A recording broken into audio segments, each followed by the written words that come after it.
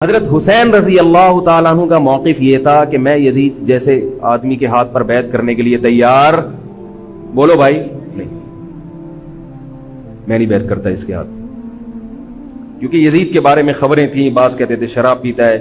حضرت مفتی محمد تقی عثمانی صاحب کا انہوں نے فرمایا ہے کہ کسی مستند روایت سے ثابت نہیں ہے شراب پینا، روایتیں ہیں مگر کوئی اوتھینٹک روایت نہیں ہے۔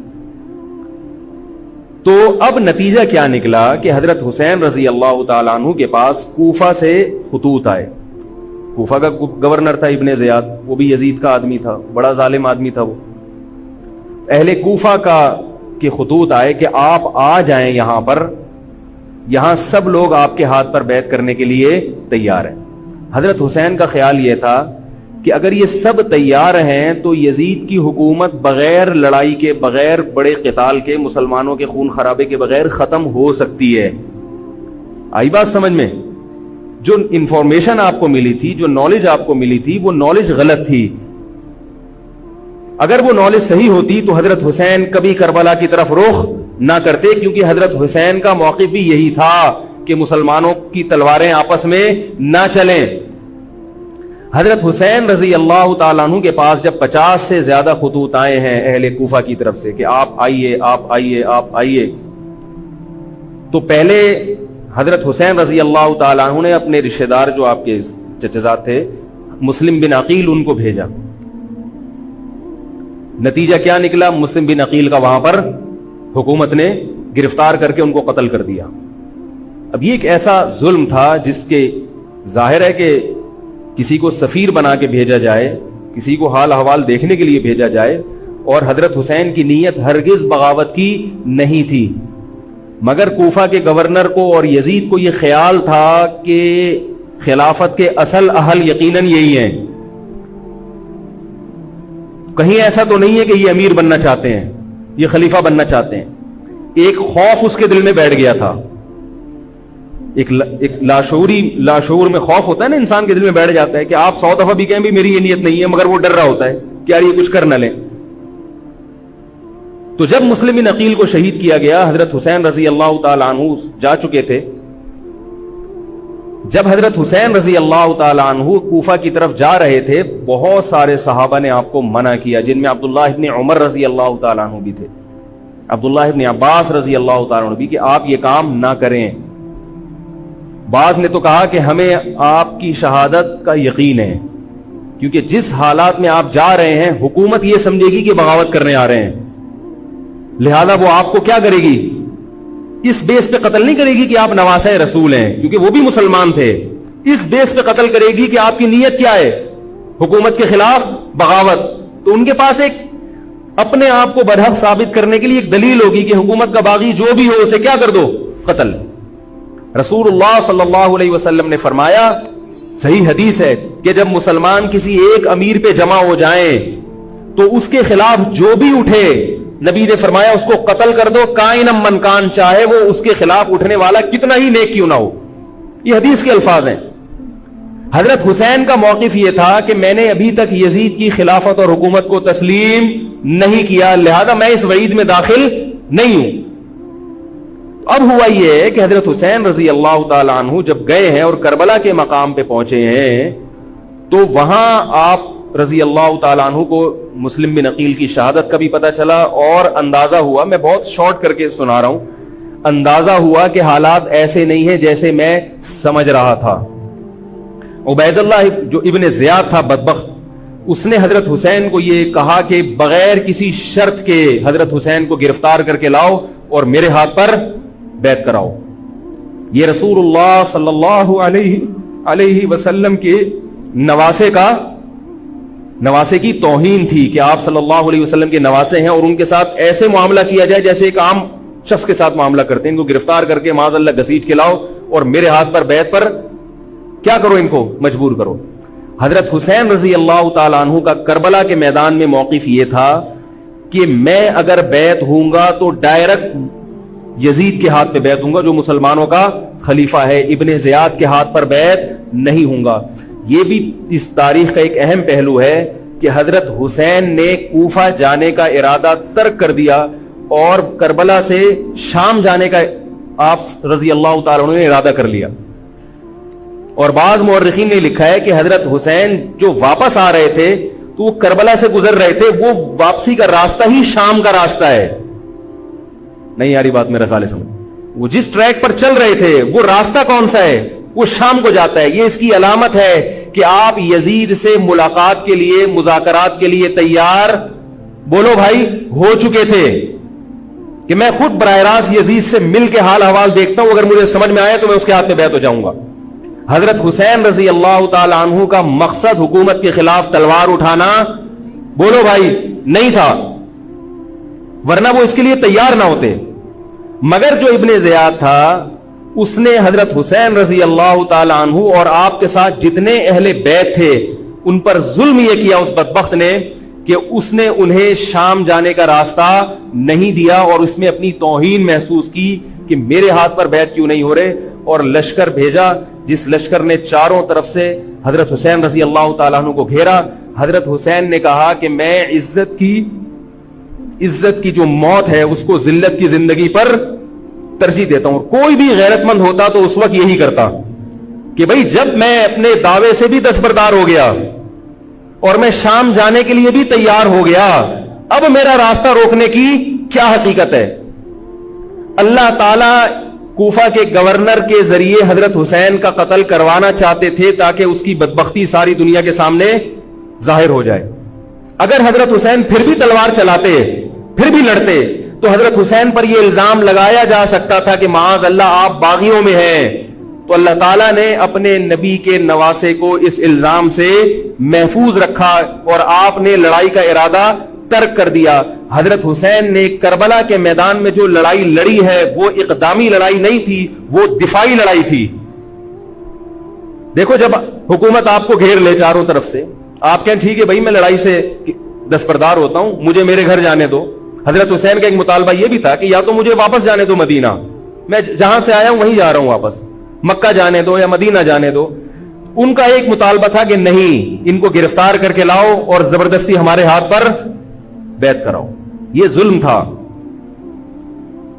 نتیجہ کیا نکلا ہے کہ کربلا کے میدان میں آپ کو گھیر کر آپ کو بھی شہید کر دیا گیا, اور جتنے اہل بیت تھے مرد سوائے امام زین العابدین کے جو حضرت حسین رضی اللہ, حضرت حسن کے بیٹے تھے, ان کے علاوہ جتنے بھی اہل بیت تھے ان سب کو قتل کر دیا گیا.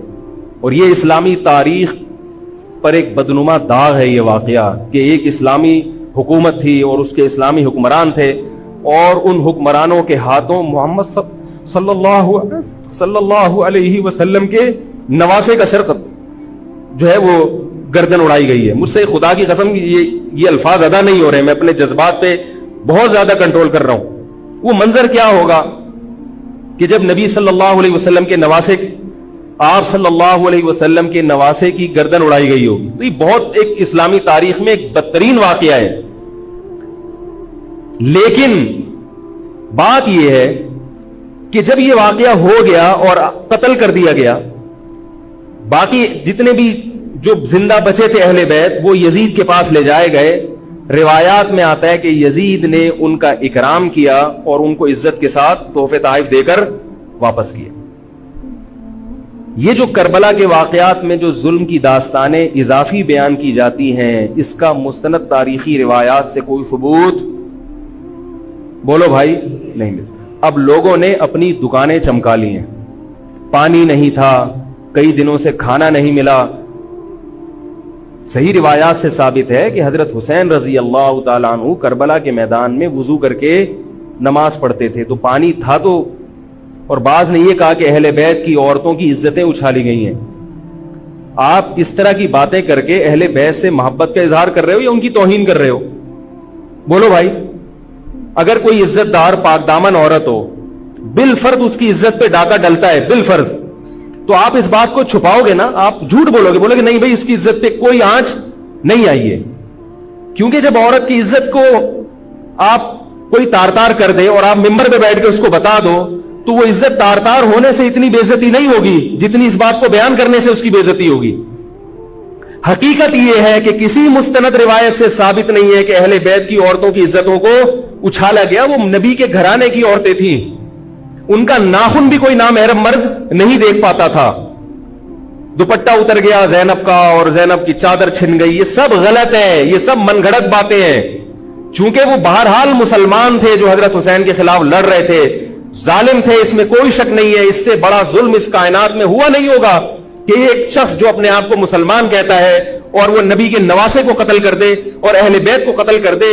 اسلامی سیاست میں اتنی گندی تاریخ ہمیں کبھی بھی نہیں ملتی. حضرت عثمان کا بھی قتل ہوا, وہ بھی بہت بڑا ظلم تھا, مگر یہ ظلم اس ظلم کی نوعیت سے بڑھ کر تھا, کیونکہ حضرت عثمان کا قتل حکومت کے ہاتھوں نہیں ہوا ہے, باغیوں کے ہاتھوں ہوا ہے. یہاں حضرت حسین کا قتل کس کے ہاتھوں ہوا ہے؟ حکومت کے ہاتھوں ہوا ہے, جس پر لوگ بیعت کر چکے تھے. تو یہ اسلامی تاریخ میں ایک بہت بڑا بدنما داغ ہے, مگر اس کو بیان جس انداز سے کیا جاتا ہے اور جتنے قصے کہانیاں من گھڑت سنائے جاتے ہیں ان کا حقیقت سے تعلق نہیں ہے. ہماری نظر میں چاہے پانی بند کیا ہو یا نہیں کیا ہو, کھانا ملا ہو یا نہیں ملا ہو, ہماری نظر میں حضرت حسین رضی اللہ تعالی عنہ کا سر قلم کر دینا ہی کائنات کا بدترین ظلم ہے. یہی ایسا ظلم ہے کہ جس پر جتنا غم کیا جائے کم ہے. غم منایا نہیں, غم کیا جائے. منانا الگ چیز ہے, غمزدہ ہونا الگ چیز ہے. لیکن جو آگے اس میں تڑکا لگایا جاتا ہے اس کا حقائق سے تعلق, بولو بھائی, نہیں ہے. یہ دکانیں ہیں جو چمکائی, اس میں سب برابر ہیں, شیعہ بھی سنی بھی. بہت سارے سنی علماء بھی کربلا کے واقعے کو بہت ہی بھیانک انداز سے بیان کرتے ہیں, اور مقصد کیا ہوتا ہے؟ پبلک کو رلانا. ایک رونا وہ ہوتا ہے جو خود سے آئے, اور ایک رونا ہوتا ہے باقاعدہ آپ کو آرڈر پہ رونے کے لیے اور رلانے کے لیے بلایا جائے. وہ رمضان میں نے بتایا تھا نا کہ میں نے ختم قرآن پہ دعا کی تو مجھے رونا آ گیا, بہت زیادہ رونا آیا. اگلے دن ایک صاحب کہنے لگے مولوی صاحب آج بھی ایسی ایک دعا ہو جائے. میں نے کہا میں آرڈر پہ نہیں روتا, میں آرڈر پہ نہیں روتا. اب تو آ بھی رہا ہوگا تو نہیں آئے گا. نہ انسان کسی کے مشورے سے ہنس سکتا ہے اور نہ انسان کسی کے مشورے سے رو. اگر آپ کسی کے مشورے پہ رو رہے ہیں اس کا مطلب ڈرامے بازی. آپ کو فلم کا ایکٹر ہونا چاہیے, آپ کو ڈرامے جوائن کرنے چاہیے, وہاں آپ اچھے چل سکتے ہیں. جیسے کہ ہمارے ایک مشہور اسکالر ہیں, ان کے بارے میں لوگ یہ کہتے ہیں ان کو فلموں میں ہونا چاہیے تھا, پتہ نہیں یہ جیو پہ کیوں آ رہے ہیں. وہ آرڈر پہ روتے بھی ہیں, آرڈر پہ. اب چونکہ یوٹیوب کا دور ہے, میں پہلے جو کربلا کے واقعات جو لوگ بیان کرتے ہیں ان کی تقریریں نہیں سنتا تھا. اب کیا ہوتا ہے, بعض دفعہ بیٹھے ہوئے ہیں کہیں سفر پہ جا رہے ہیں تو یوٹیوب کی ویڈیو ہم نے کہا چلو یار ہم بھی سن لیں. ایسی چہک چہک کے منہ بنا بنا کے گھما گھما کے تقریریں ہوتی ہیں, لگتا ہے کہ یہ باقاعدہ ایک ڈرامہ ہے, اداکار ہے, فنکار ہے جس کو ڈرامے بازی کے لیے یہاں. یہ حضرت حسین کی شہادت کو کیش کرا رہے ہیں. یہ حضرت حسین سے محبت کرنے والے نہیں ہیں, یہ ان کی شہادت کو دیکھو. اس کی مثال ایسے جیسے کوئی محلے میں مر گیا, کسی سیٹھ کا بیٹا مرا, اب آپ کو سیٹھ سے قرضہ چاہیے تو سب سے زیادہ آپ روگے نا, تاکہ سیٹھ صاحب سمجھیں کہ محبت سب سے زیادہ کس کو ہے؟ آپ کو. تو آپ اس کی بیٹے کی موت کو کیا کرا رہے ہو؟ کیش کرا رہے ہو. بعض لوگ کسی کی شہادت کو کیش کراتے ہیں, کسی پہ ظلم کو کیش کراتے ہیں.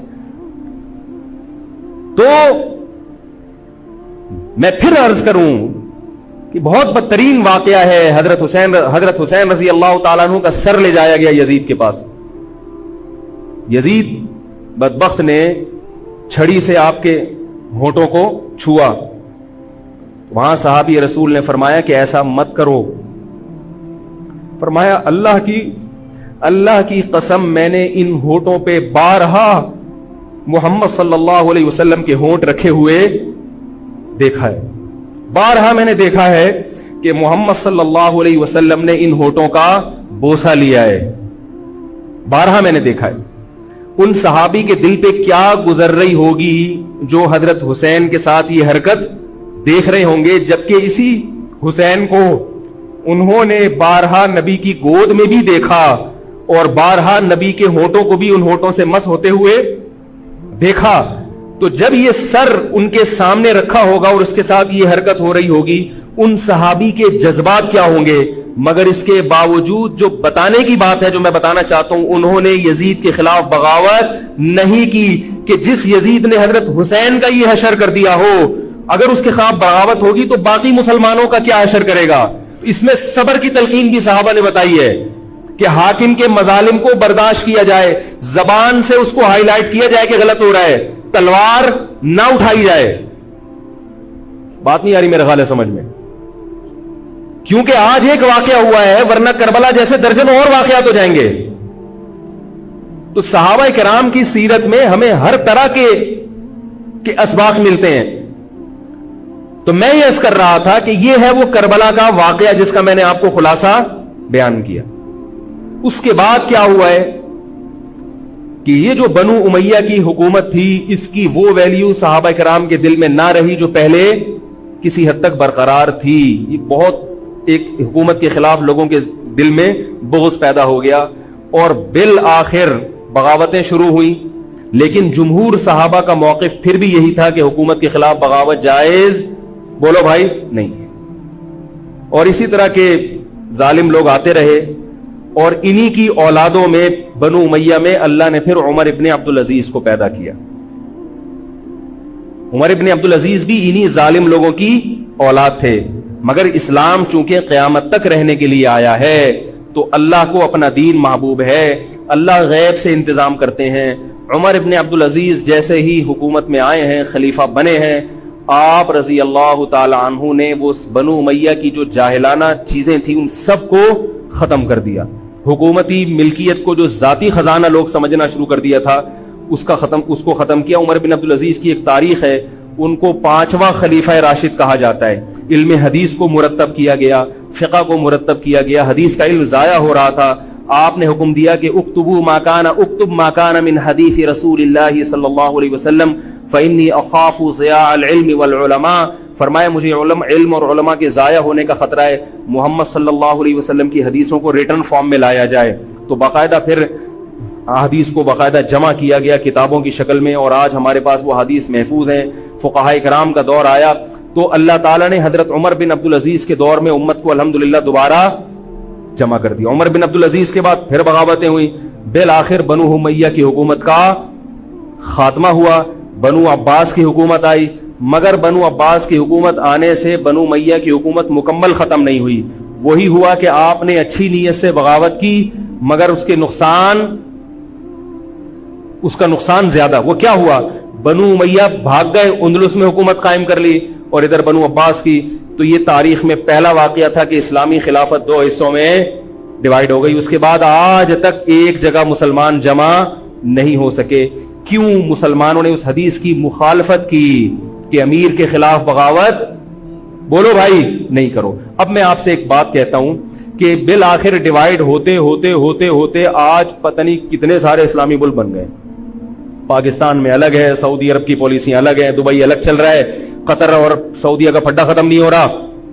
1920 تک تو پھر بھی خلافت عثمانیہ تھی, اگرچہ پوری دنیا پہ نہیں تھی. ہندوستان میں الگ حکومت تھی, خلافت عثمانیہ الگ تھی, اندلس میں الگ حکومت تھی, مگر پھر بھی مسلمانوں کی 3-4 بڑی بڑی حکومتیں تھیں جو ایک اور کسی حد تک ان میں اتحاد تھا. 1920 میں وہ بھی ختم, اور اتنے سارے ممالک وجود میں آ گئے, سب کی الگ الگ پالیسیاں ہیں. اب جو آدمی خلافت کے نام پہ جہاد کی بات کرتا ہے وہ لوگوں کو ایک امیر پہ جمع نہیں کرے گا. جتنے ملک بن چکے ہیں نا, ان کو مزید توڑ کے, اگر یہ 20 ہیں تو 40 بنا دے گا ان کو. بہت مشکل ہے سمجھانا بھائی. اب اگر کوئی کہتا ہے نا ظالم حاکم کے خلاف تحریک چلاؤ, آؤ ہمارے ساتھ مسلح بغاوت میں شامل ہو, ہم حکومت کے خلاف تلوار اٹھائیں گے, تو نتیجہ کیا نکلے گا؟ یہ سارے مل کے ایک امیر نہیں بن جائیں گے. یہ اگر 20 ہے نا تو کتنے ہو جائیں گے؟ بولو بھائی, 40. جیسے جو جماعت المسلمین بنی نا کہ 4 فقہ ہیں, حنفی, شافعی, مالکی, ہم نہیں مانتے, تو سب کو ختم کرو, ایک بناؤ. تو اس ایک بننے سے یہ ختم نہیں ہوئے, بلکہ 4 کے بعد کتنے آ گئے؟ 5 ہو گئے. نہیں آ رہی بات میرا خیال؟ آ رہی ہے الحمدللہ. اور بھی جو بھی اس کی باتیں کر رہے ہیں نا, امت کو اتحاد کے لیے آ جاؤ, میرے پاس آ جاؤ, تو وہ 6واں بنا رہا ہے, 7واں بنا رہا ہے, پھر 8واں بنا رہا ہے, ایسے بنتے چلے جا رہے ہیں. او بھائی جو ہے وہاں بریک لگا دو, اللہ کا واسطہ روک دو ان کو, کوئی بات نہیں, 4 ہیں, جو جس کو فالو کرے ٹھیک ہے, کچھ نہیں ہوتا اس سے, ہمیشہ سے چلے آ رہے ہیں. تو اب اگر ایک خلیفہ نہیں ہے, ہونا تو چاہیے ایک ہی خلیفہ, نہیں ہے تو جو ہے اسی پہ گزارا کرو, ورنہ اس سے بھی جاؤ گے, تمہاری کوئی مضبوط طاقت اور قوت ہوگی نہیں. کافر جب چاہے گا تمہیں ٹیشو پیپر کی طرح استعمال کر کے پھینک دے گا. تو کربلا کے واقعہ سے ہمیں کیا سبق ملتا ہے علامہ ابن تیمیہ رحمہ اللہ تعالی فرماتے ہیں کہ جمہور صحابہ کی جو رائے تھی، حضرت حسین رضی اللہ تعالیٰ عنہ کی بھی اپنی ایک رائے تھی، مگر ابن تیمیہ رحمہ اللہ فرماتے ہیں کہ اگر حضرت حسین رضی اللہ تعالیٰ عنہ کربلا کی طرف خروج نہ کرتے تو ابن تیمیہ کی رائے یہ ہے کہ یہ زیادہ بہتر تھا۔ اب آپ کہیں گے کہ صحابی رسول کی رائے سے اختلاف کر رہے ہیں، نہ وہ کہہ رہے ہیں وہ جو جمہور صحابہ تھے جو حضرت حسین کو منع کر رہے تھے وہ بھی تو صحابہ تھے، حضرت حسن بھی تو صحابی تھے، حضرت حسن نے حضرت معاویہ کے خلاف لڑائی نہیں لڑی، تو صحابہ کی دو رائے تھی، جمہور ایک طرف تھے، تو فرماتے ہیں اگر یہ نہ ہوتا تو زیادہ بہتر تھا۔ لیکن حضرت حسین رضی اللہ تعالی عنہ کے بارے میں ہمارا موقف یہ ہے کہ وہ یہ سب کچھ اس وقت کے جو حالات تھے اس میں کوئی بھی ہوتا اور غیرت مند ہوتا تو وہ یہ کرنے پر مجبور تھا، اور اس میں دھوکہ کس نے دیا حضرت حسین کو؟ اہل کوفہ نے، جس کا حضرت حسین کو علم نہیں ہو سکتا۔